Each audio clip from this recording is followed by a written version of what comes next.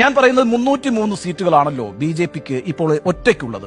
ആ 303 സീറ്റുകളിൽ രാജസ്ഥാനിൽ കഴിഞ്ഞ പ്രാവശ്യത്തെ വിജയം ആവർത്തിക്കുന്ന പ്രശ്നമില്ല. ഏറ്റവും ഒടുവിലത്തെ ഗ്രൗണ്ട് റിപ്പോർട്ട് പ്രകാരം 8 സീറ്റുകൾ ബി ജെ പിക്ക് കുറയും. 303-ൽ 8 സീറ്റുകൾ കുറയുന്നു എന്ന് പറഞ്ഞാൽ അതിന്റെ അർത്ഥം ഭൂരിപക്ഷം 295-ലേക്ക് കുറഞ്ഞു എന്നാണ്. 295-ൽ എത്തി നിൽക്കുന്ന ബി ജെ പിക്ക് 15 സീറ്റുകൾ ഉത്തർപ്രദേശിൽ നഷ്ടമാകും. അപ്പോൾ 280 സീറ്റിലേക്ക് ബി ജെ പി താഴുന്നു. അവിടെ നിന്ന് ഡൽഹിയിലേക്ക് വരികയാണെങ്കിൽ 4 സീറ്റുകൾ ബി ജെ പിക്ക് നഷ്ടമാകും.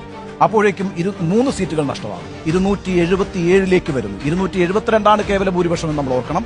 അത് കഴിഞ്ഞാൽ പിന്നെ കർണാടകയാണ്. കർണാടകയിൽ വലിയ തിരിച്ചടിയാണ് ബി ജെ പിയെ കാത്തിരിക്കുന്നത്. 14 സീറ്റുകൾ കുറയും. അപ്പോൾ ബി ജെ പിയുടെ അംഗബലം 256 കുറയുന്നു. ഇനി ഛത്തീസ്ഗഡ്, ആസാം, അതുപോലെ തന്നെ ജാർഖണ്ഡ്, ഈ 3 സംസ്ഥാനങ്ങളിൽ നിന്നായി 10 സീറ്റുകൾ.